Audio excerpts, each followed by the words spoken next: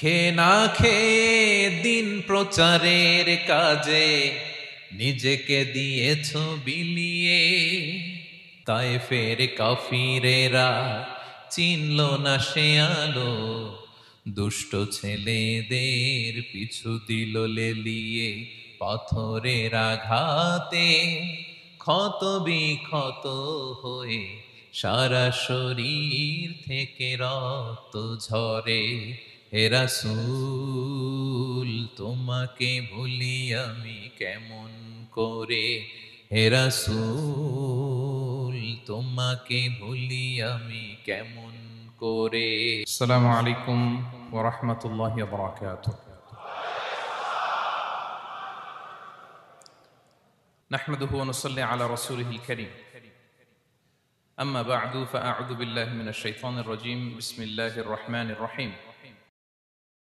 وَلَنَبْلُوَنَّكُمْ بِشَيْءٍ مِّنَ الْخَوْفِ وَالْجُوعِ وَنَقْصٍ مِّنَ الْأَمْوَالِ وَالْأَنفُسِ وَالثَّمَرَاتِ وَبَشِّرِ الصَّابِرِينَ الَّذِينَ إِذَا أَصَابَتْهُم مُّصِيبَةٌ قَالُوا إِنَّا لِلَّهِ وَإِنَّا إِلَيْهِ رَاجِعُونَ صدق الله العظيم رب اشرح لي صدري ويسر لي أمري واحلل عقدة من لساني يفقه قولي।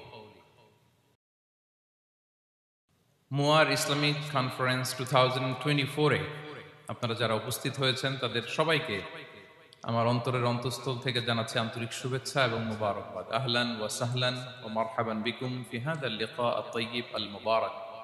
আমরা শুরুতে আল্লাহ রাব্বুল ইজ্জা ওয়াল জালালের দরবারে শুকরিয়া জ্ঞাপন করছি, যিনি আজকে আমাদেরকে এরকম চমৎকার একটি পরিবেশে চমৎকার একটি ইসলামিক কনফারেন্সে উপস্থিত হওয়ার সুযোগ করে দিয়েছেন। আমরা সবাই পড়ছি কালিমাতুশ শুকর আলহামদুলিল্লাহ। আল্লাহ রাব্বুল ইজ্জা ওয়াল জালালের দরবারে শুকরিয়া জ্ঞাপনের পাশাপাশি আমি আজকের প্রোগ্রামের যারা অর্গানাইজিং কমিটি তাদেরকে অন্তরের অন্তঃস্থল থেকে ধন্যবাদ জানাতে চাই, এরকম চমৎকার একটি পরিবেশ, চমৎকার একটি ভেন্যুতে এই ইসলামিক কনফারেন্সের আয়োজন করবার জন্য। সম্মানিত সুধী, আমরা এই পৃথিবীতে খুব অল্প একটা সময়ের জন্য, একটা ট্রানজিট পিরিয়ড কাটানোর জন্য বেসিকলি আমরা এই পৃথিবীতে এসেছি। আমরা কি চিরকাল এই পৃথিবীতে থাকবো বলেন তো? না, একটা ট্রানজিট পিরিয়ডে আমরা এসেছি, আবার চলে যেতে হবে। এই যে আমাদের জীবন, এই জীবনের জন্য বিপদ, আপদ, পরীক্ষা, স্ট্রাগল এটা অনিবার্য, এটা হবে। বিপদ নাই, কষ্ট নাই, আপদ নাই, অনিশ্চয়তা নাই, স্ট্রাগল নাই, এমন কি কেউ আছে এখানে? কেউ কি হাত তুলে বলতে পারবেন যে হুজুর আমার জীবনে কোনো বিপদ নাই, অথবা আমার জীবনে কোনো দুঃখ নাই, কষ্ট নাই, কোনো স্ট্রাগল নাই, কোনো রিস্ক নাই? এরকম সৌভাগ্যবান কেউ আছেন এখানে? তাহলে জীবনের জন্য পরীক্ষা এটা অনস্বীকার্য, হবেই হবে পরীক্ষা। পৃথিবীর জীবনটাই এমন, এভাবেই এই লাইফকে ডিজাইন করা হয়েছে। পরীক্ষা থাকবে, এখানে বিপদ থাকবে, এগুলো উত্তীর্ণ হয়ে আপনাকে যেতে হবে। চিরসুখ চির শান্তি এটাই পৃথিবীতে হয় না। চিরসুখ এবং চিরশান্তির জায়গা হচ্ছে জান্নাত। চিরসুখ এবং চিরশান্তি কোথায়? এটা জান্নাতের বৈশিষ্ট্য। চিরসুখ চিরশান্তি, টেনশন নাই, ঝামেলা নাই, পরীক্ষা নাই, বিপদ নাই, রিস্ক নাই, স্ট্রাগল নাই, এটা হচ্ছে দ্য ফিচার্স অফ জান্নাত, জান্নাতের ফিচার। কিন্তু সমস্যা বাদে তখন যখন জান্নাতের ফিচার আমরা দুনিয়ায় খুঁজি, যেটা পাবো আমরা জান্নাতে, এটা খুঁজি কোথায়? এই তখনই সমস্যা বাদে। And this is the main problem. এটাই বড় সমস্যা। এই সমস্যার সমাধান কোথায়, এটা নিয়ে আজকে আমি কিছু কথা অ্যাড্রেস করব ইনশাআল্লাহ। তো তাহলে আসুন শুনি জান্নাতের ফিচার কি। জান্নাতের কমন একটা ফিচার হচ্ছে জান্নাতে there will be no sickness in paradise. জান্নাতে কোনো অসুস্থতা থাকবে না, চিরসুস্থ। সুবহানাল্লাহ পড়েন। চিরসুস্থ, চির সবল, কেউ অসুস্থ হবে না জান্নাতে। জান্নাত হবে অ্যান্টি এইজিং, জান্নাতে বয়স বাড়বে না কারো, চিরযৌবনা, চিরযুবক, অ্যান্টি এজিং। আপনারা জানেন যে বর্তমান পৃথিবীতে অ্যান্টি এজিং ক্রিম পাওয়া যায় না? ক্রিম, কথা বুঝতেছেন? অ্যান্টি এজিং ক্রিম পাওয়া যায়। তারা বলে এই ক্রিম মাখলে চামড়ায় ভাঁজ পড়ে না।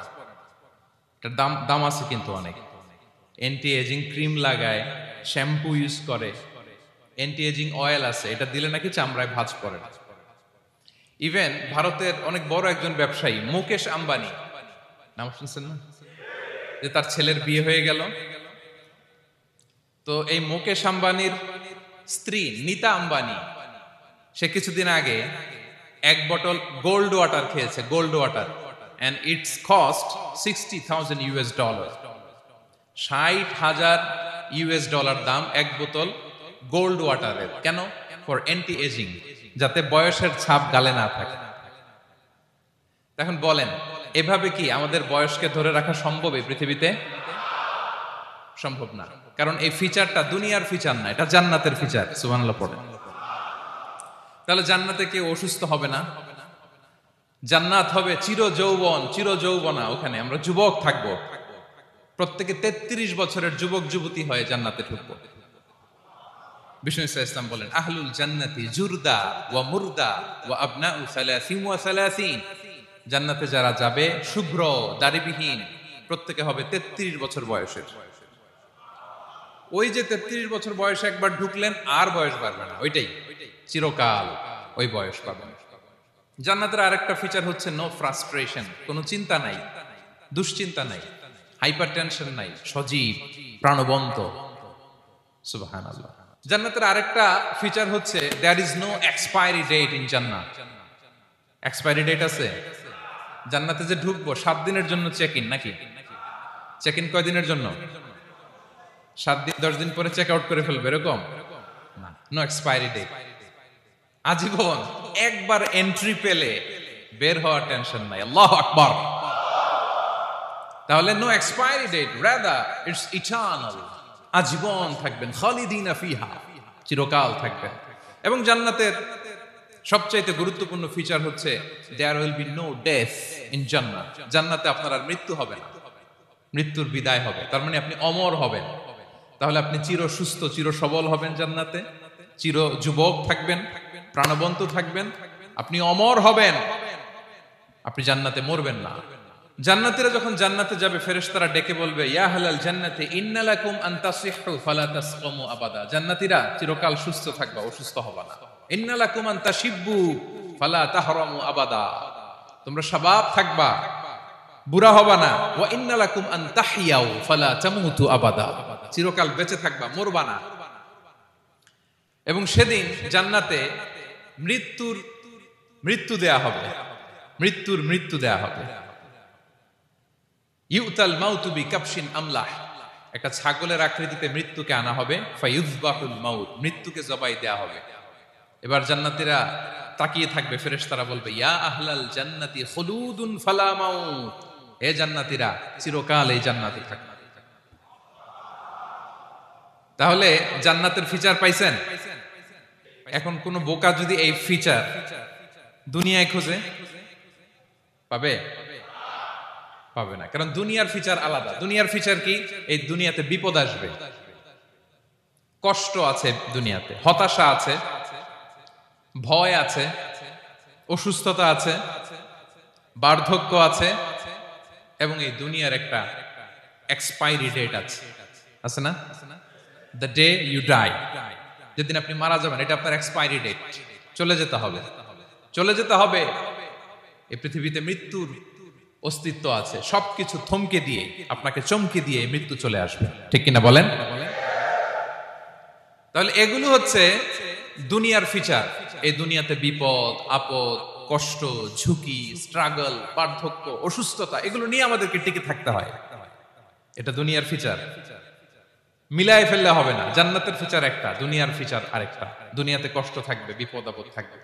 এই দুনিয়ার ফিচারটা আল্লাহ তাআলা কোরআনের একটা আয়াতে খুব চমৎকার ভাবে উল্লেখ করেছেন, সেটা দিয়েই আমি আলোচনা শুরু করেছি। আল্লাহ তাআলা ইরশাদ করছেন, ওয়ালা নাবলুওয়ান্নাকুম বিশাইইম মিনাল খাউফি ওয়াল জুই ওয়া নাকসিম মিনাল আমওয়ালি ওয়াল আনফুসি ওয়াস সামারাত ওয়া বাশশিরিস সাবিরিন।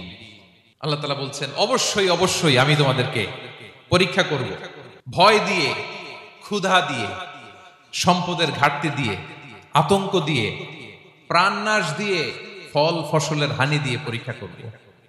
কিন্তু এই পরীক্ষায় যারা উত্তীর্ণ হবে, যারা সবর ইখতিয়ার করবে, ওয়াবাশশিরিস সাবিরিন, ধৈর্যশীলদের জন্যই হচ্ছে সুসংবাদ। আলহামদুলিল্লাহ পড়ে। তাহলে সম্মানিত সুধী, আমরা বুঝতে পারলাম এই পৃথিবীর ফিচার হচ্ছে এখানে বিপদ থাকবে, বিপদ ছাড়া কেউ থাকবে না। স্ট্রাগল থাকবে, কষ্ট থাকবে, ঝুঁকি থাকবে, রিস্ক থাকবে, এবং নানা ধরনের বিপদ আপদ দিয়ে আল্লাহ তাআলা আমাদেরকে পরীক্ষা করবেন। এটা মাস্ট, এটা আমাদের মাইন্ডসেটে নিয়ে নিতে হবে। মাইন্ডসেটে এটা ক্লিয়ার থাকতে হবে। চিরসুখ চিরশান্তি এই দুনিয়াতে মিলবে, কোথায় মিলবে তাহলে? এটা তাহলে বিপদ আসবেই, আপদ আসবেই, পরীক্ষা থাকবেই আমাদের জীবনে। তবে ইন্টারেস্টিংলি মজার বিষয় হচ্ছে পরীক্ষাটা এক একজনের এক এক রকম। পুরো পৃথিবীটা একটা পরীক্ষা ক্ষেত্র, কিন্তু কারো প্রশ্নপত্রের সাথে কারো প্রশ্নপত্রের কোনো মিল নাই। সুবহানাল্লাহ। আমার পরীক্ষা একরকম, আপনার পরীক্ষা আরেক রকম, ওই ভাইয়ের পরীক্ষা আরেক রকম, ওনারটা আরেক রকম। সবাই পরীক্ষার্থী, সবাই পরীক্ষার্থী, কিন্তু কারো প্রশ্নপত্রের সাথে কারো প্রশ্নপত্রের কোনো মিল নাই। কারো জন্য পরীক্ষা হচ্ছে সে খুব অসুস্থ, প্রচন্ড অসুস্থতা, তার জন্য পরীক্ষা। ক্যান্সারের রোগী, দুরারোগ্য ব্যাধি, ডক্টর বলছে 4th স্টেজে চলে আসছে, কয়েক মাস বাঁচতে পারে, এটা তার জন্য পরীক্ষা। আবার কারো দেখবেন যে খুব একটা অসুস্থতা নাই, অসুস্থতার ঝামেলা নাই, কিন্তু তার দারিদ্রতা আছে, তার আর্থিক অনটন, এটা তার জন্য পরীক্ষা। আবার কারো দেখবেন অসুস্থতাও নাই, দারিদ্রতাও নাই, তার দাম্পত্য জীবনের সমস্যা আছে না নাই? অনেকের দেখবেন এগুলো কোনোটাই সমস্যা না, তার ছেলে কথা শোনে না, মাদকাসক্ত। আহা, মাদকাসক্ত, রিহ্যাবে পাঠায়, আবার আসে, আবার গাঁজা খাওয়া শুরু করে, আছে না নাই বলেন? দেখেন তার পরীক্ষাটা আবার আলাদা। অনেকের দেখবেন মেয়ে বাবার কথা শোনে না।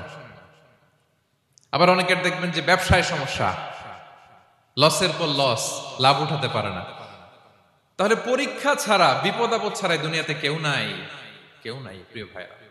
এটা আমাদের মাথায় রাখতে হবে। পরীক্ষা আপনাকে দিতেই হবে, পরীক্ষা দিয়ে দিয়েই নিজেকে প্রমাণ করতে হবে।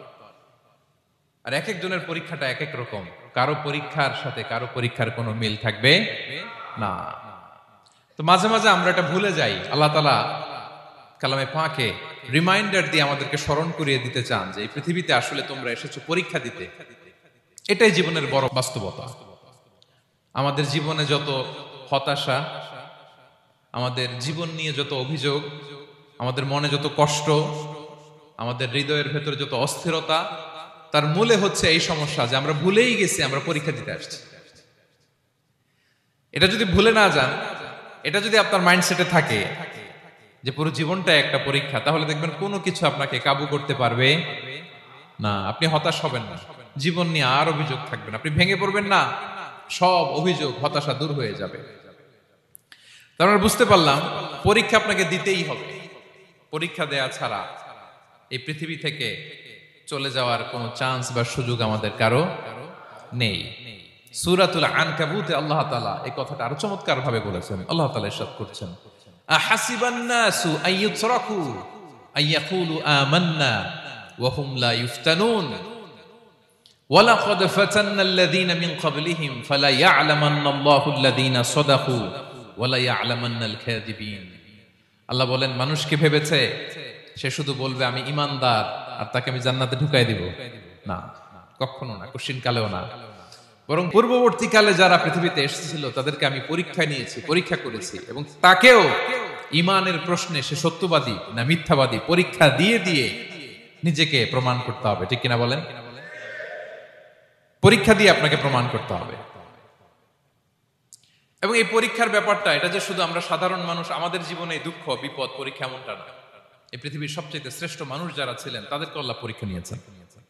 বলেন তো এই পৃথিবীতে সবচাইতে শ্রেষ্ঠতম মানুষ কারা? সবচাইতে শ্রেষ্ঠ ভালো মানুষ কারা ছিল পৃথিবীতে? বলেন তো নবীরা। আওয়াজ করে বলেন তো কারা? তো বলেন তো নবীদের জীবনে পরীক্ষা ছিল কি ছিল না? হ্যাঁ ছিল। বেশি না কম? বিষ্ণু ইসলামকে জিজ্ঞাসা করা হলো, আইয়ুন নাসি আশাদ্দু বালাআন ইয়া রাসূলুল্লাহ, হে আল্লাহর রাসূল, এই পৃথিবীতে কাদের জীবনে পরীক্ষা বেশি? বিষ্ণু ইসলাম বললেন, আল আম্বিয়া, নবীদের জীবনে। আল আম্বিয়া সুম্মাল আমসাল ফাল আমসাল, সবচাইতে জীবনে পরীক্ষার সম্মুখীন সবচাইতে বেশি হয়েছেন নবীরা। তারপরে নবীদের পরবর্তী অবস্থান যাদের, সিদ্দিকিন যারা, সোহাদা যারা, সলিহিন যারা, আল্লাহওয়ালা যারা, তাদের জীবনে পরীক্ষা বেশি। ইউবতালার রাজুলু আলা হাসাবি দীনি, ব্যক্তির দিনদারি যত বেশি তার জীবনে আল্লাহর পরীক্ষাও তত বেশি। আপনি আল্লাহওয়ালা হবেন, আপনার জীবনে পরীক্ষাও অনেক বেশি। এজন্য ইমানদার হওয়া যেমনি মর্যাদার, ইমানদারের জীবনে পরীক্ষাও হবে অনেক বেশি। এবং পরীক্ষা যত বড়, খেয়াল রাখতে হবে, মন খারাপ করার কোনো সুযোগ নেই। পরীক্ষা যার জীবনে যত বড়, সেটাতে সফল হতে পারলে ওটার প্রতিদানও বড়। পরীক্ষা যত বড়, এটাতে সাকসেস হইতে পারলে এটার রিওয়ার্ডও তত বড়। বিষ্ণু ইসলাম বলেন, ইযামুল জাযাই মাআ ইযামিল বালা, বালা যত বড় জাযাও তত বড়, প্রতিদানও তত বড়। আপনারা নবীদের জীবনে যদি খেয়াল করেন, দেখবেন যেই নবীর জীবনে পরীক্ষা যত বেশি, সেই নবীর জীবনে সফলতাও তত বেশি। সাইয়েদনা ইব্রাহিম আলাইহিস সালামের কথাটা একটু খেয়াল করেন তো, বলেন তো ওনার জীবনে পরীক্ষা কেমন ছিল, বেশি না কম? ওনার জীবনের পরীক্ষা থেকেই তো আমরা এই শব্দটা ব্যবহার করি, আমরা বলি অগ্নি পরীক্ষা। কি বলি? মানে আগুনে নিক্ষেপ করা হয়েছে সাইয়েদনা ইব্রাহিম আলাইহিস সালামকে, তাও স্বাভাবিকভাবে না, উলঙ্গ করে, ন্যাকেট করে ওনাকে অপমানিত করবার জন্য ওনার গায়ের জামা কাপড় খুলে উলঙ্গ অবস্থায় আল্লাহর খলিল সাইয়েদনা ইব্রাহিম আলাইহিস সালামকে অগ্নিকুণ্ডে নিক্ষেপ করা হয়েছিল। এরকম এক্সপেরিয়েন্স এই অডিটোরিয়ামের ভেতরে আমাদের কখনো হয়েছে? তাইলে সাধারণ মানুষের জীবনের পরীক্ষা আর নবীদের জীবনের পরীক্ষার মধ্যে পার্থক্য আছে না নাই? ওই পরীক্ষায় উনি পাশ করে ফেললেন। ৮৬ বছর পর্যন্ত আল্লাহর কাছে দোয়া করলেন, আল্লাহ আমাকে একটা নেককার সন্তান দাও। আল্লাহ সন্তান দেয় না। ৮৬ বছর পরে আল্লাহ তাআলা সাইয়েদনা ইব্রাহিম আলাইহিস সালাম এবং হাজারের ঘরকে উজালা করে সন্তান দিলেন। সাইয়েদনা ইসমাঈল আলাইহিস সালাম পৃথিবীতে আসলেন। কত বছর বয়সে? ৮৬ বছর বয়সের এখানে কেউ আছেন? হ্যাঁ, আছি আমরা? কেউ নাই। ৮৬ বছর বয়সে প্রথম সন্তান পেয়েছে। তাদের ঘরকে উজালা করে আল্লাহর নবী সাইয়েদনা ইসমাঈল আলাইহিস সালাম আসলেন। এবার আল্লাহ বললেন, যাও স্ত্রীকে আর এই কলিজার টুকরা সন্তানকে, থাকো তো প্যালেস্টাইনে, প্যালেস্টাইন থেকে ১৫০০ কিলোমিটার দূর, দ্য ব্যারন ল্যান্ড, ওই মক্কার ধুধুমরু প্রান্তরে রেখে আসো, যেখানে কেউ নাই, মানুষ নাই, গাছ নাই, পাখি নাই, পানি নাই, যাও রেখে আসো। আচ্ছা বলেন তো, ৮৬ বছর পরে যে লোকটা সন্তান পেল, বুঝে শুনে উত্তর দিয়েন, ৮৬ বছর পরে যে লোকটাকে আল্লাহ তাআলা সন্তান দিল, তার হৃদয়ে ওই সন্তানের জন্য মায়া বেশি না কম? এমনি তো আমাদের প্রথম সন্তানের হিস্ট্রিটা একটু খেয়াল করেন তো। প্রথম আমাদের যে মেয়ে হয়েছিল বা যাদের ছেলে হয়েছিল, তার প্রতি আদর, সোহাগ, দরদ, ভালোবাসা, আল্লাহ কত ছিল। আর ৮৬ বছর বয়স আল্লাহ তাআলা ওনাকে সন্তান দিলেন, দিয়ে বললেন, যাও হাজারকে আর ইসমাঈলকে মক্কার ধুধুমরু প্রান্তরে রেখে আসো। আল্লাহ তাআলা বলতে দেরি, চলে যেতে দেরি নাই, মুহূর্তে উনি রওনা হয়ে গেলেন। সুবহানাল্লাহ পড়বেন না? রেখে আসলেন মক্কার ধুধুমরু প্রান্তরে। এবার আল্লাহ বললেন, যাও রিটার্ন ব্যাক টু প্যালেস্টাইন, প্যালেস্টাইনে চলে যাও। চলে গেলেন, হৃদয়টা ভেঙে খান খান।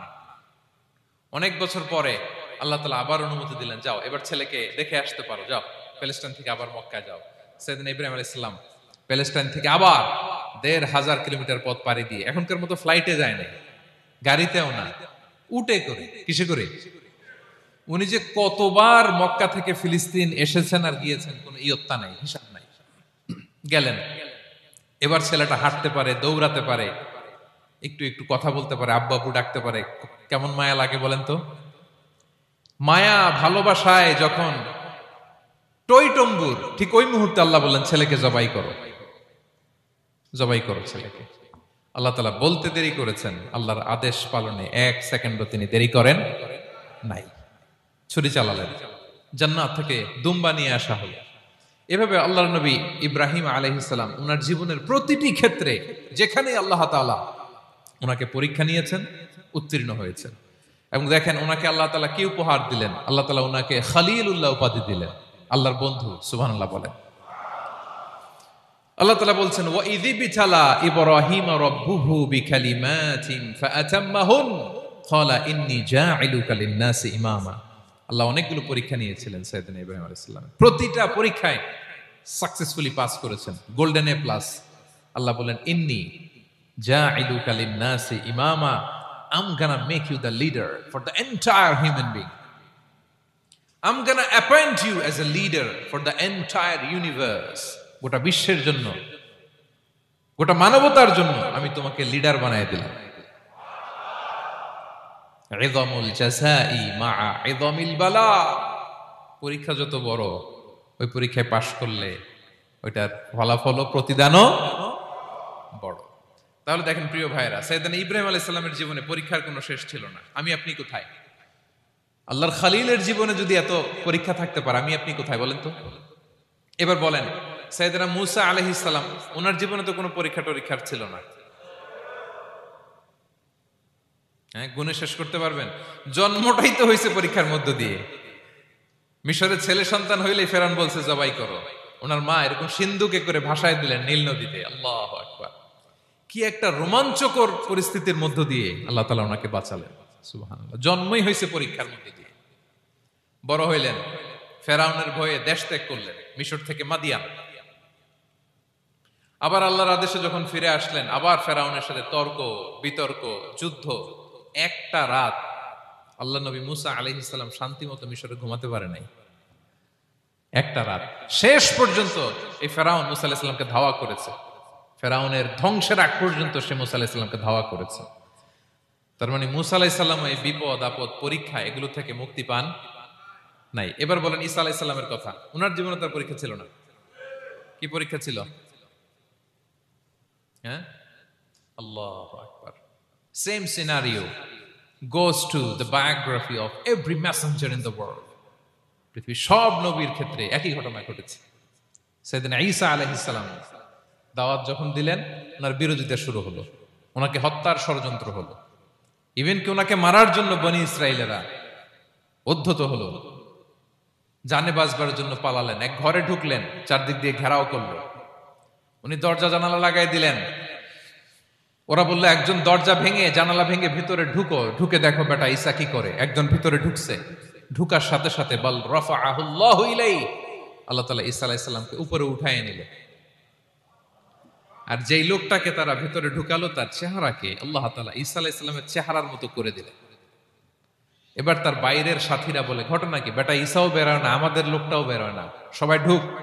দরজা ভেঙে ভেতরে ঢুকে দেখে ঈসা দাঁড়ায় আছে। সে বলেন তো এটা ঈসা না মিসা? এটা কি আসল ঈসা?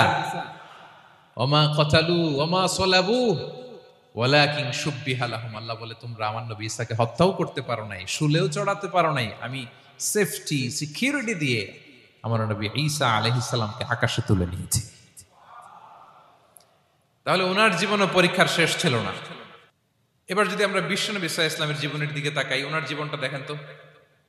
আমাদের পেয়ারা নবী বিশ্বনবী মুহাম্মদুর রাসূলুল্লাহ সাল্লাল্লাহু আলাইহি ওয়াসাল্লাম, ওনার জীবনে কি স্ট্রাগল ছিল? স্ট্রাগল। মাক্কি জীবনের কথা যদি একটু খেয়াল করেন, দেখেন তো 3 বছর শিয়াবে আবি তালেবে জেল খেটেছেন, না খেয়েছিলেন।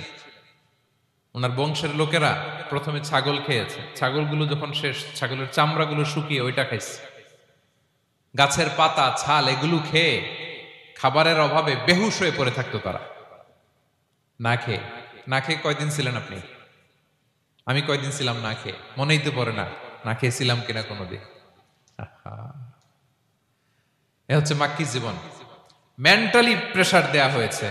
বিশ্বনবীর চাচা আবু লাহাব, তার 2 ছেলে উতবা আর উতাইবা, এদের সাথে বিয়ে দিয়েছিলেন 2 মেয়ের। যখন দাওয়াত দেওয়া শুরু করলেন, 2 মেয়েকে ডিভোর্স দিয়ে দিল। দেখেন একটা বাবার জন্য প্রাপ্তবয়স্কা মেয়েকে যখন উঠায় নেয়ার আগে ডিভোর্স দেয়, তার মানসিক অবস্থাটা কেমন থাকে বলেন? মেন্টালি প্রেসারাইজ করা হয়েছে, ফিজিক্যালি হ্যারাস করা হয়েছে। বিষ্ণু ইসলাম যখন নামাজে দাঁড়াতেন, উটের পচা নারী ভুঁড়ি বিষ্ণুনবীর কাঁধে চাপিয়ে দেওয়া হতো। আপনার জীবনে এরকম ঘটছে কখনো? আপনি নামাজ পড়তেছেন, উটের পচা নারী ভুঁড়ি আপনার কাঁধে চাপিয়ে দেওয়া হয়েছে। কয়দিন হয়েছে এরকম? কয়দিন হয়েছে? হ্যাঁ, তারপরে তো আলহামদুলিল্লাহ বেরোয় না মুখ দিয়ে। কেমন আছেন হুজুর কোয়েন না, বেশি একটা সুবিধার না, তাই না? বেশি একটা একটু মিলাবেন। কতটুকু পরীক্ষা আমরা দিয়েছি। তায়েফে গেলেন বিশ্বনবী, তায়েফে গেছিলেন জমির বায়না দিতে, তাই না? জমি কিনবে তায়েফে। তায়েফবাসীদেরকে জাহান্নামের আগুন থেকে বাঁচাতে গিয়েছিলেন, নিজের জন্য না। সেখানে তায়েফের ছেলেরা পাথর মেরেছে বিষ্ণু ইসলামের গায়ে। এত শুভ্র দেহ ছিল, চেহারা ছিল, বিষ্ণুবীর গা দিয়ে ঝরঝর করে রক্ত ঝরেছে। ফিজিক্যাল হ্যারাসমেন্টের শিকার হয়েছেন বিষ্ণু ইসলাম। যখন যেদিন বিষ্ণু ইসলামকে হত্যার ষড়যন্ত্র করা হলো, আল্লাহ তাআলার আদেশে তিনি মক্কা থেকে মদিনায় হিজরত করলেন। মদিনাতে যে একটা রাত, সপ্তম হিজরির আগ পর্যন্ত শান্তিতে ঘুমাতে পারেন নাই। 3 দিকে 3 ইহুদি বসতি, বনু কাইনুকা, বনু নদীর, বনু কুরাইজা। আহা, খাওয়ার মধ্যে বিষ মিশিয়ে দেয়া হয়েছিল বিষ্ণু ইসলামের। বাজুর, খাসির বাজুর রান পছন্দ করতেন। এক ইহুদি মহিলা বিষ্ণু ইসলামের ওই রানের মধ্যে বিষ মিশিয়ে দিয়েছিল। ওই বিষের যন্ত্রণায় মৃত্যুর আগ পর্যন্ত বিষ্ণুনবী কাতরাতেন, এবং উনি ইন্তেকালের সময় ওই বিষের ব্যথা যন্ত্রণাতে ইন্তেকাল করেছেন। বিষ্ণুনবীর ইন্তেকালটা শাহাদাতের ইন্তেকাল ছিল। বিষ্ণু ইসলাম বলেছেন, ওই যে খায়বার এলাকার ওই মহিলা যে আমার খাবারে বিষ মিশিয়েছিল, সেই বিষের যন্ত্রণা, বেদনা, কষ্ট আমি অনুভব করছি। খেয়ে না খেয়ে দিন প্রচারের কাজে নিজেকে দিয়েছ বিলিয়ে, তায়েফের কাফিরেরা চিনল না সে আলো, দুষ্ট ছেলেদের পিছু দিল লেলিয়ে। পাথরের আঘাতে ক্ষত বিক্ষত হয়ে সারা শরীর থেকে রক্ত ঝরে। হে রাসূল তোমাকে ভুলি আমি কেমন করে, হে রাসূল তোমাকে ভুলি আমি কেমন করে। হাজার ব্যথা বেদনার পরে ফিরে আসনি তুমি আপন ঘরে,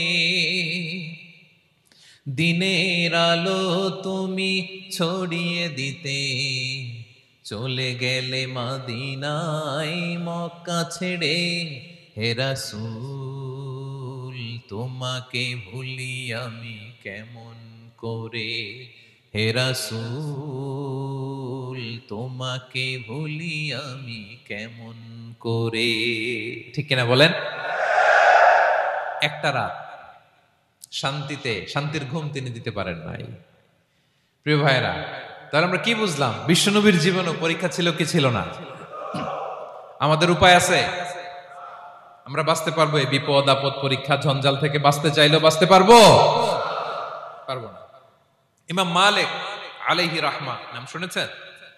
ইমাম মালিক, ওনার জ্ঞান থেকে লাখো লাখো মানুষ উপকৃত হয়েছে, কোটি কোটি মানুষ উপকৃত হয়েছে। মদিনার রাস্তায় রশি দিয়ে ওনাকে টেনে হিচড়ে এক এলাকা থেকে আরেক এলাকায় নিত জালেম বাদশারা। ইমাম মালিক আলাইহি রাহমা। ইমাম আহমদ ইবনে হাম্বল, ওনাকে বেত্রাঘাত করা হতো, চাবুক দিয়ে পেটানো হতো। আমাদের মাযহাবের ইমাম আল ইমাম আল আযম আবু হানিফা আলাইহি রাহমা, ওনাকে কারাবন্দী করা হয়েছিল। তার মানে দেখেন, যত বড় বড় স্কলার, যত বড় বড় মাশায়েখ, এমনকি আম্বিয়া আলাইহিমুস সালাম, ওনারাও পরীক্ষা বিপদ আপদ থেকে রেহাই পান। পাইছে? তাহলে আপনি আর আমি পাবো? বলেন তো। তাহলে এটা আমাদের ব্রেইনে গেঁথে নিতে হবে যে জীবন মানেই এখানে বিপদ থাকবে, পরীক্ষা থাকবে, স্ট্রাগল করে করে আমাকে আগাতে হবে। কেউ আমার জন্য রেড কার্পেট বিছিয়ে রাখবে না। এই জীবনটা বড় জটিল। This is life, how it's design. এভাবেই পৃথিবীকে ডিজাইন করা হয়েছে। এখানে বিপদ আছে, কষ্ট আছে। এই পরীক্ষা দিয়ে দিয়ে আপনাকে উত্তীর্ণ হতে হবে। বুঝতে পেরেছেন প্রিয় ভাইরা? নাও দ্য কোশ্চেন আরাইজ, এখন প্রশ্ন হচ্ছে, কেন আল্লাহ এই পরীক্ষা নেন? কেন? আল্লাহ তাআলা সূরা মুলকে বলেছেন, এই পৃথিবী সাজানোর, এই জীবন মৃত্যুর এই খেলা, এটার উদ্দেশ্যটাকে আল্লাহ তাআলা স্পষ্ট করে বলেছেন, আল্লাযী খালাকাল মাউতা ওয়াল হায়াতা লিয়াবলুয়াকুম আইয়ুকুম আহসানু আমালা। জীবন মৃত্যু দিয়ে তোমাদের জীবনকে সাজানো হয়েছে এজন্য, যাতে করে তিনি তোমাদের পরীক্ষা করতে পারেন। কি করতে পারেন? তোমাদের মধ্যে কে সৎকর্মে অগ্রগামী, কে কাজে ভালো, আমলে ভালো, এটা দেখার জন্য। বেসিকলি আল্লাহর দেখার প্রয়োজন নাই, আমাদেরকে দেখানোর জন্য এই পরীক্ষার আয়োজন। আমি ভালো করবো না খারাপ করবো এটা আল্লাহ জানে না? তো ওনার পরীক্ষা করা লাগে কেন? কথা বলেন। আমি জান্নাতি না জাহান্নামী এটা আল্লাহ জানেন না? বেসিকলি আমাদেরকে জানানোর জন্য এই পরীক্ষার আয়োজন। কাদেরকে জানানোর জন্য? মানে তুমি জেনে যাও তুমি জান্নাতি না জাহান্নামী, আমি ভালো করেই জানি। একটা ছোট্ট উদাহরণ দিলে বুঝতে পারবেন প্রিয় ভাইয়েরা। ধরেন আল্লাহ তাআলা দুইজনকে সৃষ্টি করলেন। উদাহরণস্বরূপ একজনের নাম আব্দুল্লাহ, আরেকজনের নাম আব্দুর রহমান। সৃষ্টির পরে আব্দুল্লাহকে বললেন, আব্দুল্লাহ আমি জানি তুমি পৃথিবীতে 50 বছর হায়াত পাইতা, খুব ভালো কাজ করতে, তুমি দুনিয়াতে অনেক ভালো কাজ করতে, এটা আমি আগেই জানি, আমার অসীম জ্ঞান বলে আমি আগে থেকেই জানি। তো যাও, তোমার এইমাত্র সৃষ্টি করলাম, যাও তুমি জান্নাতে ঢুকে যাও, কারণ আমি জানি তুমি জান্নাতি হবে। আচ্ছা, আর আব্দুর রহমান তুমি পৃথিবীতে খুব খারাপ কাজ করতে, এটা আমি জানতাম, তোমারে পাঠাইলে খারাপ কাজ করবা, তুমি সীমা লঙ্ঘন করবা, অন্যায় করবা, অপরাধ করবা, তুমি জাহান্নামী হবা, যাও। যেহেতু আমি জানি পরীক্ষার আর দরকার নেই, তোমারে জাহান্নাম দিয়ে দিলাম, যাও ঢুকে যাও। আব্দুল্লাহ ঠিকই জান্নাতে ঢুকে যাবে, আব্দুর রহমান কি ঢুকবে? ঢুকবে। সে বলবে, আল্লাহ এইমাত্র আমারে বানাইলেন, এইমাত্র আপনি আমাকে সৃষ্টি করলেন, সৃষ্টি করেই বলতেছেন তুমি জাহান্নামে যাও, আর বলতেছেন আমি জানি দুনিয়াতে পাঠালে তুমি খারাপ কাজ করবা, তুমি জাহান্নামী হবা, পাঠানোর আর কি দরকার, আগে থেকেই জাহান্নামে যাও। আল্লাহ আপনি জানলে জানতে পারেন, আমি তো জানি না। ঠিক কিনা বলেন? সে বলবে, না আল্লাহ আপনি ভুল বলতেছেন, এই দুনিয়াতে পাঠাইলে আমি খুব ভালো কাজ করতাম, আমি সীমা লঙ্ঘন করতাম না, নামাজ পড়তাম, রোজা রাখতাম, হজ করতাম, যাকাত দিতাম, সাদাকা করতাম, চ্যারিটি করতাম, জনকল্যাণকর সব ভালো কাজগুলো আল্লাহ আমি করতাম। এজন্য আল্লাহ তাআলা পরীক্ষার আয়োজন করেছেন, যাতে করে তুমি জেনে যাও যে পৃথিবীতে তুমি কি করেছো। এখন আর আল্লাহকে এক্সকিউজ দেওয়ার সুযোগ নেই। আচ্ছা বলেন তো, আবু জাহেলকে যদি আল্লাহ এখন কিয়ামতের দিন বলে, Abu Jahl go to the hell fire, Abu জাহেলের কিছু বলার সুযোগ আছে? কারণ ও দুনিয়াতে কি করে আসছে এটাও জানে না। ফেরাউনকে ডেকে যদি আল্লাহ বলে, ফেরাউন তুমি জাহান্নামে যাও, go to the hell fire, ওর কি কোনো এক্সকিউজ দেওয়ার সুযোগ আছে? বলেন, সুযোগ আর আছে? কারণ তুমি দুনিয়াতে কি করেছো তোমার চেয়ে ভালো কেউ আর জানে। তা পৃথিবীতে এই পরীক্ষার এই আয়োজনের সবচাইতে বড় উদ্দেশ্য হচ্ছে যাতে করে আমরা দেখে যাই যে আমরা কি কাজ করছি। কেউ যখন পরীক্ষা দেয় প্রিয় ভাইরা, ওই পরীক্ষায় কত পাবে তার একটা হিসাব আছে না?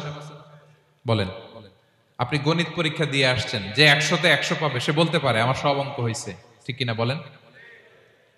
আর যে লাড্ডু গুড্ডু বুঝছেন তো, কিছুই পারে নাই, ঘোড়ার ডিম, তারও একটা হিসাব আছে যে সে কিছুই লিখে আসতে পারে নাই। তাই পৃথিবীতে এই পরীক্ষার আয়োজনের প্রধানতম কারণ হচ্ছে যাতে করে আমরা বুঝে যেতে পারি যে আমরা কোথায় যাব, জান্নাতে না জাহান্নামে। প্রিয় সুধী, এ পর্যায়ে আমরা জানবো এই যে পরীক্ষা আল্লাহ তাআলা নিচ্ছেন আমাদেরকে, এই পরীক্ষায় সফল হওয়ার মূল মন্ত্র কি। কোরআনে বিভিন্ন আয়াতে এই পরীক্ষার কথা বলা হয়েছে এবং এই পরীক্ষার সফলতার মূল মন্ত্রও কোরআনে ঘোষিত হয়েছে। আলহামদুলিল্লাহ বলেন। যে আয়াত দিয়ে আমি শুরু করেছি এই আয়াতে আল্লাহ তাআলা বলেছেন, ওয়াবাশশিরিস সাবিরিন, নবী হে ধৈর্যশীলদেরকে আপনি সুসংবাদ দিন, ধৈর্যশীলদেরকে সুসংবাদ দিন। তার মানে বিপদে ধৈর্য ধারণ করতে হবে প্রিয় ভাইরা। ইন্নামাস সাবরু ইনদা সাদামাতিল উলা। বিপদে আমরা অনেক সময় প্যানিক হয়ে যাই, অস্থির হয়ে যাই, কি করব, হতাশ না। মুমিনরা হতাশ হয় না, ধৈর্য ধারণ করে। কি করে? কি করে? ধৈর্য ধারণ করার শক্তি দাও গো মেহেরবান আমায়, দাও গো মেহেরবান। পড়েন, ধৈর্য ধারণ করার শক্তি দাও গো মেহেরবান আমায়, দাও গো মেহেরবান। সবাই বলুন একসাথে, ধৈর্য ধারণ করার শক্তি দাও গো মেহেরবান আমায়, দাও গো মেহেরবান। বুকের ভেতর ব্যথার নদী বইছে অবিরাম, বইছে বইছে অবিরাম। পড়ুন, ধৈর্য ধারণ করার শক্তি দাও গো মেহেরবান, আমায় দাও গো মেহেরবান। পড়েন আমিন। আল্লাহ যেন বিপদে আমাদেরকে ধৈর্য ধারণ করার তৌফিক দান করে। প্রিয় ভাইয়েরা, ধৈর্য এটা এমন একটা গাছ যে গাছের সারা গায়ে কাটা, কিন্তু এই গাছের ফলটা বড় সুস্বাদু।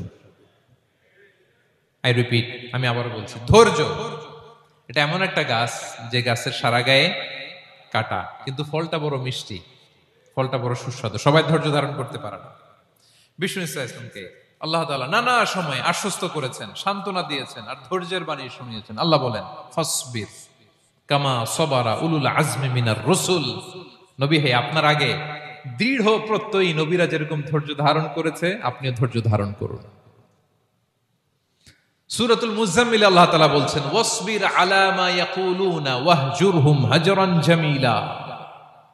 ওরা যাই বলুক, আপনি ধৈর্য ধারণ করুন, ওদের কথাকে ইগনোর করুন। Just ignore what they are saying to you. যা বলে আপনি জাস্ট ইগনোর করেন। ওরা বিষ্ণু ঈসা ইসলামের মনোবলকে ভেঙে দেওয়ার জন্য কখনো বিষ্ণু ঈসা ইসলামকে কবি বলে গালি দিত। কবি কি বলতো? শায়ের। কখনো বলতো মজনুন, পাগল। নাউজুবিল্লাহ পড়বেন না? পাগল বলে গালি দিত। মাঝে মাঝে বলতো কাহিন, গণক। মাঝে মাঝে বিষ্ণু ঈসা ইসলামকে তারা বলতো আবতার, লেস কাটা। মুহাম্মদ, তোমার ছেলে নাই, তোমার বংশ নির্বংশ হয়ে গেছে, তোমার নাম নেয়ার মতো কেউ নাই। আহা, কপাল পোড়া। গোটা বিশ্বব্যাপী বিষ্ণু ঈসা ইসলামের সুনাম সুখ্যাতি ছড়িয়ে দিয়েছে কে? আকাশ বাতাস মাড়িয়ে, সাত আকাশ ছাড়িয়ে আল্লাহর আরশ পর্যন্ত আল্লাহ তাআলা বিষ্ণু নবীর সুনাম সুখ্যাতিকে সৌচ্চ করেছেন। ঠিক কিনা বলেন? ইগনোর করুন। আপনাকে কবি বলে, গণক বলে, আপনাকে পাগল বলে, আপনাকে লেসকাটা বলে, জাস্ট ইগনোর দেন। বর্তমান সময়েও নানা ধরনের ট্যাগ আমাদেরকেও দেয় কি দেয় না বলেন? দেয়। আমাদেরকে কি বলে? মৌলবাদী বলে, বলে বলে ওই যে রাজাকার বলে। রাজাকার রাজাকার খেলার দিন শেষ। মন মতো হইলে মুক্তিযোদ্ধা, মন মতো না হইলে রাজাকার, এই দিন শেষ। ওই দিন আর নাই। এই কার্ড দিয়ে আর খেলার দিন নাই।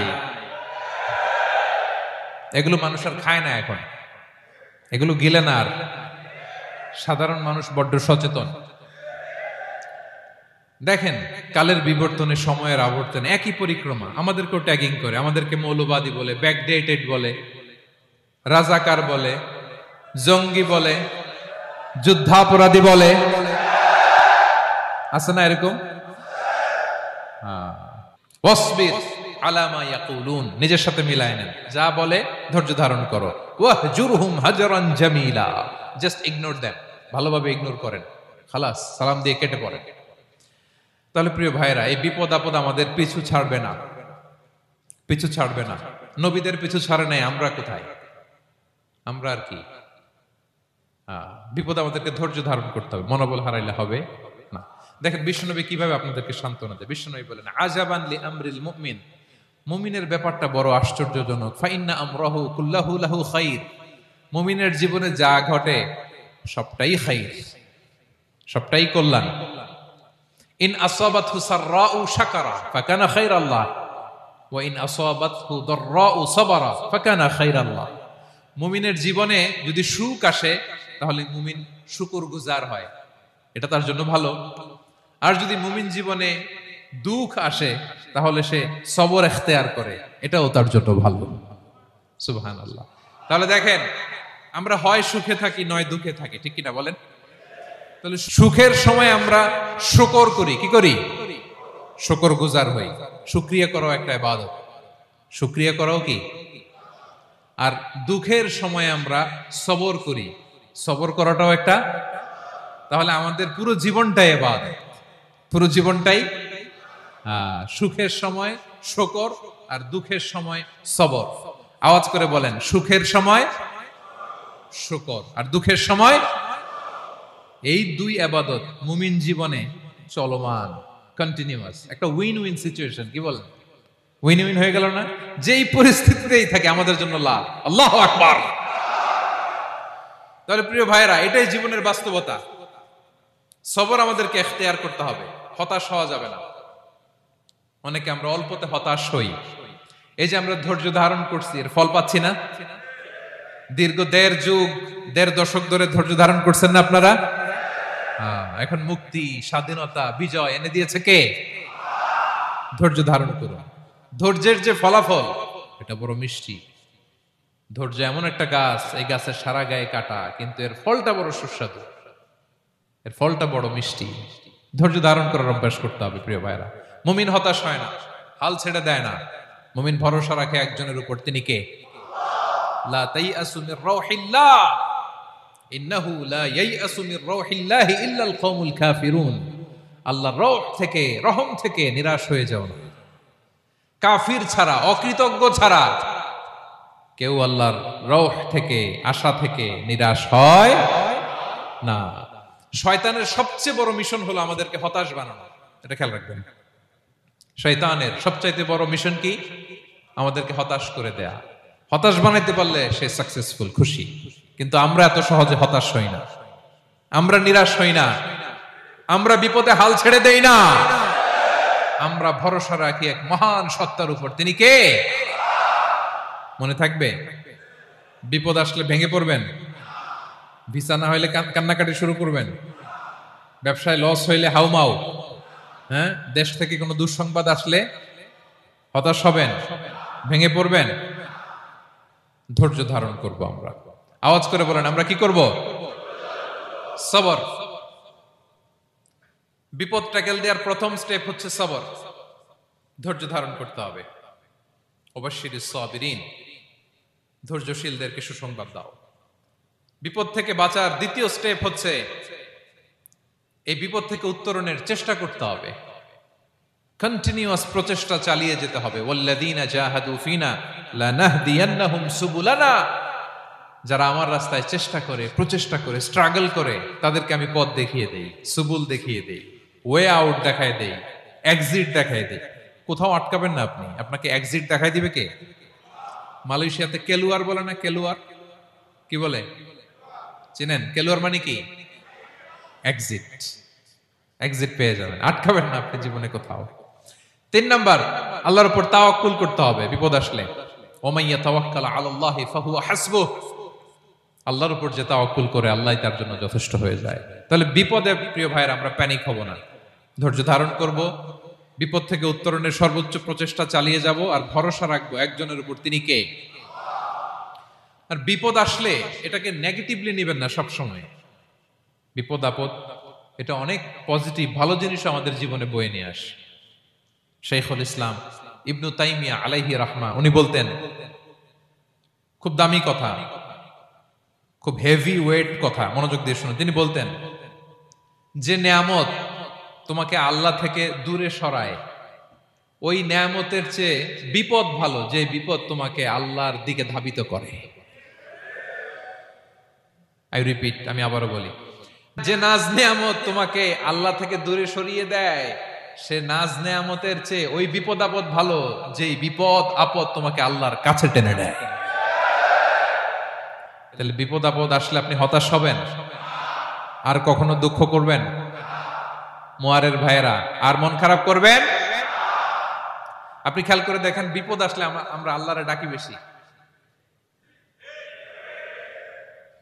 যখন অসুস্থ আপনি খেয়াল করেন তো, আল্লাহ আল্লাহ, তুমি ছাড়া বাঁচানোর কেউ নাই, আল্লাহ আল্লাহ তুমি হেফাজত করো, আল্লাহ তুমি সুস্থ করে দাও। যখন লাইফ থ্রেট, দেখেন আপনি গুম হয়ে যেতে পারেন, আপনার কারাবন্দী করতে পারে, এরকম একটা বিপদের মধ্যে আছেন, তখন খেয়াল করেন তো আল্লাহর সাথে আপনার কানেক্টিভিটি, রিলেশনশিপটা কতটা ডেভেলপ হয়। কারণ বিপদে পড়লে আমরা আল্লাহরে ডাকি বেশি। তাহলে বিপদ আপদেরও কিছু পজিটিভ সাইড বা দিক আমাদের জীবনে আছে না নাই? অনেক পজিটিভ দিক আছে, কয়েকটা শেয়ার করি। 1 নাম্বার, আল্লাহ এক নম্বর পজিটিভ সাইড তো বললাম, ইমাম ইবনু তাইমিয়া যেটা বললেন। এরপরে হচ্ছে মাঝে মাঝে আল্লাহ তাআলা আমাদের মর্যাদাকে আপগ্রেড করতে চায়, এলিভেট করতে চায়। আপনি ধরেন কোন একটা এয়ারলাইন্সের রেগুলার প্যাসেঞ্জার টিকিট কাটেন, মাঝে মাঝে হঠাৎ করে দেখবেন কাউন্টারে গেলে তারা বলে you are upgraded to business class অথবা you are upgraded to first class. যেহেতু রেগুলার প্যাসেঞ্জার, অনেক মাইলস জমা হয়েছে, আপগ্রেড করে দেয়। আল্লাহ তাআলা মাঝে মাঝে চায় তিনি আমাদের মর্যাদাকে, র্যাঙ্ক এটাকে আপগ্রেড করবেন, কিন্তু আমার যে আমল আখলাকের অবস্থা ওইটা দিয়ে ওই আপগ্রেড র্যাঙ্কে যাওয়ার সুযোগ নাই। বুঝতেছেন কথা?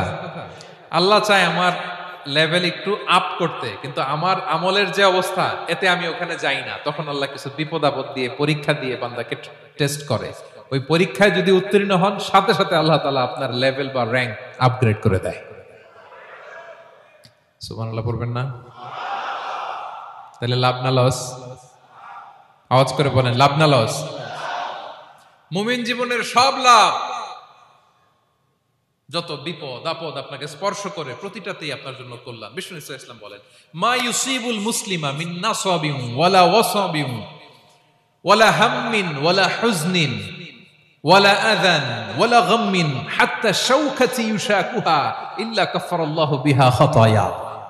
আপনার জীবনে যত দুঃখ, যত যন্ত্রণা, যত টেনশন, যত অ্যাংজাইটি, যত ইনজুরি, এমনকি গোলাপ ফুল পাড়তে যে ওখানে যে কাটা বাঁধছে, বরই খেতে যে বরই গাছে ওঠার পর যে একটা কাটা বিঁধছে আপনার হাতে, এর কারণে আল্লাহ তাআলা আপনার গুনাহ মাফ করে দেয়। সুবহানাল্লাহ। তাহলে বিপদ আপদ দিয়ে আল্লাহ বান্দার মর্যাদাকে আপগ্রেড করে। বিপদ আপদে ফেলে আল্লাহ তাআলা বান্দার পাপ মোচন করে। বিপদ আপদ দিয়ে আল্লাহ তাআলা বান্দার শাস্তি মওকুফ করে। এমন পাপ করছেন এটার জন্য শাস্তি বরাদ্দ হয়ে গেছে, কিন্তু আল্লাহ তাআলা ওই শাস্তি থেকে মাঝে মাঝে আপনাকে বাঁচাতে চায়, তখন কিছু বিপদ দিয়ে বান্দারে পরীক্ষা করে। উত্তীর্ণ হলেই আল্লাহ তাআলা ওই শাস্তিকে মওকুফ করে দেয়। তাহলে আসুন সামারি করি, পুরো আলোচনাটার সামারি করি। এক নম্বর সামারি হচ্ছে বিপদ আপদ, পরীক্ষা, স্ট্রাগল, কষ্ট, এটা সুন্নাতুল্লাহি ফিদ দুনিয়া। এই দুনিয়ায় আল্লাহর সুন্নাত, এর বাইরে কেউ যেতে পারে না। ইভেন নট দ্য মেসেঞ্জার্স, নবীরাও না। আজকের আলোচনায় শুনছেন না নবীদের জীবন দিয়ে কি গেছে, ups and downs, test and trial, নবীরাও না।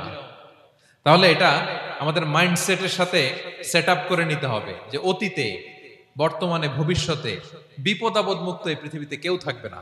পারবেন? হ্যাঁ, এটা মাইন্ডসেটে নিয়ে নিতে হবে যে এটাই জীবন, বিপদ আপদ দিয়ে আল্লাহ পরীক্ষা করবেন। এটাই পৃথিবী। চির সুখ চির শান্তি এই পৃথিবীতে খুঁজলেই পাওয়া যায় না। শুরুতে বলছিলাম না, চির সুখ চির শান্তি। বলেন তো এটা কি দুনিয়ার ফিচার না জান্নাতের ফিচার? জান্নাতের ফিচার দুনিয়ায় খুঁজলে পাওয়া যাবে? যাবে না। তাহলে আজকের আলোচনার এক নাম্বার লেসন হচ্ছে বিপদ আপদ এটা সুন্নাতুল্লাহি ফিদ দুনিয়া। এই দুনিয়া আল্লাহর সুন্নাত, এটা থেকে মুক্তি পাওয়ার কোনো সুযোগ নাই, নবীরাও পায় নাই। দুই নাম্বার লেসন, বাঁচার যেহেতু সুযোগ নাই, we have to face it with patience, intellect and tawakkul. বিপদে অস্থির হওয়া যাবে না, এটাকে ফেস করতে হবে উইথ পেশেন্স, ধৈর্যের সাথে। বিপদ আমরা মোকাবেলা করব কিসের সাথে? ধৈর্য। প্যানিক হবেন না, অস্থির হবেন না, ধৈর্য ধারণ করবেন। উইথ ইন্টেলেক্ট, আল্লাহর দেয়া আপনার ইন্টেলেক্ট খাটিয়ে এই বিপদ উত্তরণের সর্বান্তকরণের চেষ্টা প্রচেষ্টা আপনার চালায় যেতে হবে। আর সবশেষে আত-তাওয়াক্কুল আলাল্লাহ, ডিপেন্ডিং অন আল্লাহ, ভরসা করব কার উপর? আল্লাহর উপর। পারা যাবে তো? আচ্ছা, দুইটা লেসন গেল। তিন নাম্বার লেসন হচ্ছে আমাদের ছেলে মেয়েদেরকে we have to educate our child regarding the test and trial in this দুনিয়া। দুনিয়ার এই বিপদ আপদের ব্যাপারে আমাদের ছেলে মেয়েদেরকে শেখাতে হবে, বুঝাতে হবে। ওরা ছোট মানুষ তো, অস্থির হয়ে যায়। আব্বু আমার সাথে কেন এমন হয়? আমারই শুধু পেন্সিল চুরি হয়, আমারই শুধু এটা হয়, আমি পরীক্ষায় খারাপ করি, আমি ব্যথা পাই, আমার এই আমার সেই। ছোট মানুষ তো বুঝে না। ওরা বুঝাইতে হবে যে বাবা, this is the essence of life, এটাই জীবন, এটাই কি এই লাইফ হ্যাকস গুলো তাদেরকে শেখাইতে হবে। ডোন্ট বি প্যানিক, প্যানিক হওয়া যাবে না। This is how life is design, এটাই জীবন, বিপদ আপদ আসবে, এটাকে মেনে নিতে হবে, ছেলে মেয়েদেরকে শিখাইতে হবে, তাহলে তারাও প্যানিক হবে না। পারবেন তো ইনশাআল্লাহ? আচ্ছা, 4 নম্বর লেসন হচ্ছে, যেটা আমরা জানলাম, এই বিপদ আপদ সবসময় আমাদের জন্য খারাপ না। সামটাইমস ইট ব্রিংস খায়ের for us if dealt properly. ঠিক মতো বিপদকে ডিল করতে পারলে এটা আসলে আমার জন্য আখেরে কল্যাণই বয়ে নিয়ে আসে। কি বলেন, তাই না? কল্যাণ বয়ে নিয়ে আসে। সব শেষ কথা হলো, আমরা যেন এই বিপদগুলোকে প্রপারলি ডিল করতে পারি, আমরা যেন সবর এখতিয়ার করতে পারি। আল্লাহর কাছে চাইতে হবে, দোয়া করতে হবে, কারণ তৌফিক দেওয়ার মালিক কে? আল্লাহর কাছে যেন আমরা কায়মনোবাক্যে প্রার্থনা করতে পারি, আল্লাহ এই বিপদকে যেন আমরা ডিল করতে পারি উইথ সাবর, উইথ ইন্টেলেক্ট, উইথ তাওয়াক্কুল। আসল হাতিয়ার হচ্ছে এটা, দোয়া। আল্লাহর কাছে চাইবেন, মনোযোগের সাথে চাইবেন, আন্তরিকতার সাথে চাইবেন। উদউল্লাহ ওয়া আনতুম মুকিনুনা বিল ইজাবা। বিষ্ণু বলেন, এমন ভাবে চাও যেন তুমি অনেকটা কনফার্ম যে তোমার দোয়া আল্লাহ কবুল করবেনই, এমন ভাবে চাও। অনেকে রোবোটিক দোয়া করে। রোবোটিক দোয়া মানে দোয়ার মধ্যে প্রাণ নাই, ধ্যান নাই, মন নাই, আগ্রহ নাই, ভালোবাসা নাই, ওই দোয়া আল্লাহ কবুল করে না। মনোযোগ দিয়ে চাইতে হবে চাওয়ার মতো, তাহলে আল্লাহ তাআলার পক্ষ থেকে তৌফিক পাওয়া যাবে। পারা যাবে তো ইনশাআল্লাহ? আল্লাহ তাআলা আমাদের সবাইকে বিপদে আপদে ধৈর্য ধারণ করার তৌফিক দান করুক। নবীরা তাদের জীবনে যেভাবে স্ট্রাগল, আপস এন্ড ডাউনস, বিপদগুলোকে, টেস্ট এন্ড ট্রায়াল গুলোকে ডিল করেছে, আমরা যেন সেভাবে ডিল করতে পারি। আল্লাহ তৌফিক দান করুক। আল্লাহ তাআলা আমাদের সবাইকে কথাগুলো বোঝা আর আমল করার তৌফিক দান করুক। হাযা মা ইনদি ওয়াল ইলমু ইনদাল্লাহি আলাইহি তাওয়াক্কালতু ওয়া ইলাইহি উনীব। ওয়াসসালামু আলাইকুম ওয়া রাহমাতুল্লাহ।